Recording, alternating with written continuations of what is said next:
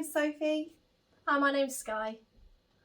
We both had cervical cancer, so we're in remission now, but we thought we'd share with you just some useful hints and tips that might help make your cervical screening that little bit more bearable. So one of the first things that we can suggest is make sure that you just talk to your nurse, have a chat with her. The weather's rubbish outside, bring it up. We all know that that's a very key, gap filler conversation. Talk about anything, just make it so that it's just a casual, chat with somebody, nothing to worry about. Communicate with the nurse how you're feeling. If you're feeling uncomfortable, let them know. You're in control. It's your body. You just need to tell them how you're feeling. That's a really good one, that one is, yeah. And don't forget you can take somebody with you as well, somebody you trust, a friend, a relative, somebody that can be waiting there for you if you don't want them in the room. They can be in reception, or they can even come into the room with you, hold your hand, whatever makes you feel comfortable so you're not alone. Okay, and wear something comfortable, like a jumper, a long jumper, or a skirt, a dress, anything that's easy to just wake up when you need to. And wear something warm, because there's nothing worse than being cold when you're on display.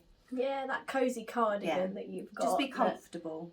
Something that doesn't make you feel so vulnerable. Yeah. It makes a big difference when you've not got to get half naked in the middle of the GP's room. Because those little blankets don't really do much. No, well, blanket, tissue.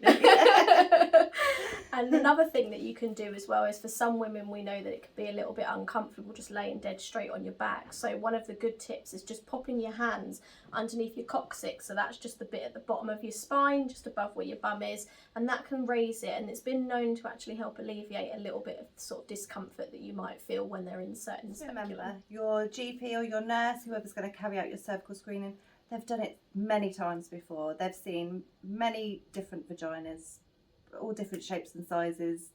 Yours isn't going to be any different. So don't feel embarrassed. It's their job. They do it every day. I know we don't go through it every day, but they do. So there's nothing to worry about. And they've also, have it themselves if they're females, so they'd be experiencing it and they'll be able to relate to you. Another good thing as well is just to think of something that can distract you. One thing for me, it's always housework. I sit there and think about that pile of ironing that I've got at home that I need to do, or the next thing on my to-do list that needs to get done. 100%. So just think of something distracting, count the sheep in the ceiling or something like that. They used to have maps on the ceilings, didn't they? Yeah, or constellations. I mean, you can picture it in your head if you really want to. And focus on your breathing as well. There's nothing worse than trying to catch your breath whilst you're being examined. But yeah, really try and stay calm and relaxed and breathe. Yeah, deep breaths. Yeah.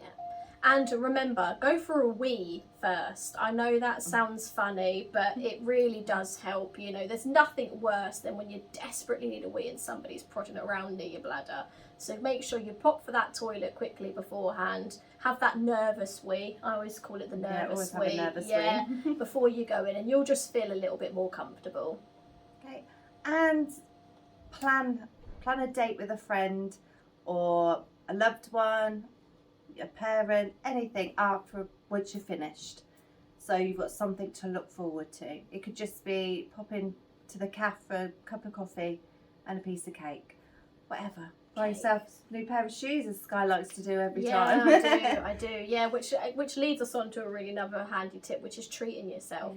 It's for all of us that have to go through this, so we all know that it's not a comfortable time, and most people do dread it. So treat yourself to something. You've earned it. You deserve it. Who cares what anyone else thinks? If there's that nice expensive bottle of perfume that you wanted, just go get it. Don't worry about what anyone else says. You've just done something really brave, and that's what you need to remember, so you deserve a reward. Definitely. Yeah.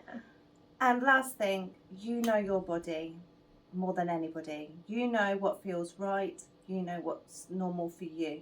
If you're not happy, speak up. Don't be silent. If you're not happy with what the doctor says or the nurse says, go for a second opinion.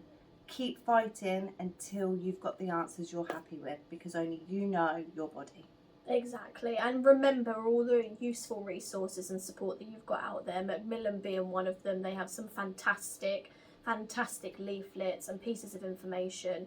You also have other charities such as Joe's Trust, Joe's Cervical Cancer Trust. Again, there's loads of useful information on this. If there's something you're not sure about, something your nurse or your GP has said to you and you need some more opinions, as we've said, you know, just trust in yourself and go and get that extra support if you need it. And speak to your friends, family members, colleagues, because you never know, there might be somebody going through exactly the same as you, and you can be there to support each other. We're not alone, we're in this together. Yeah, and there's nothing to be ashamed about.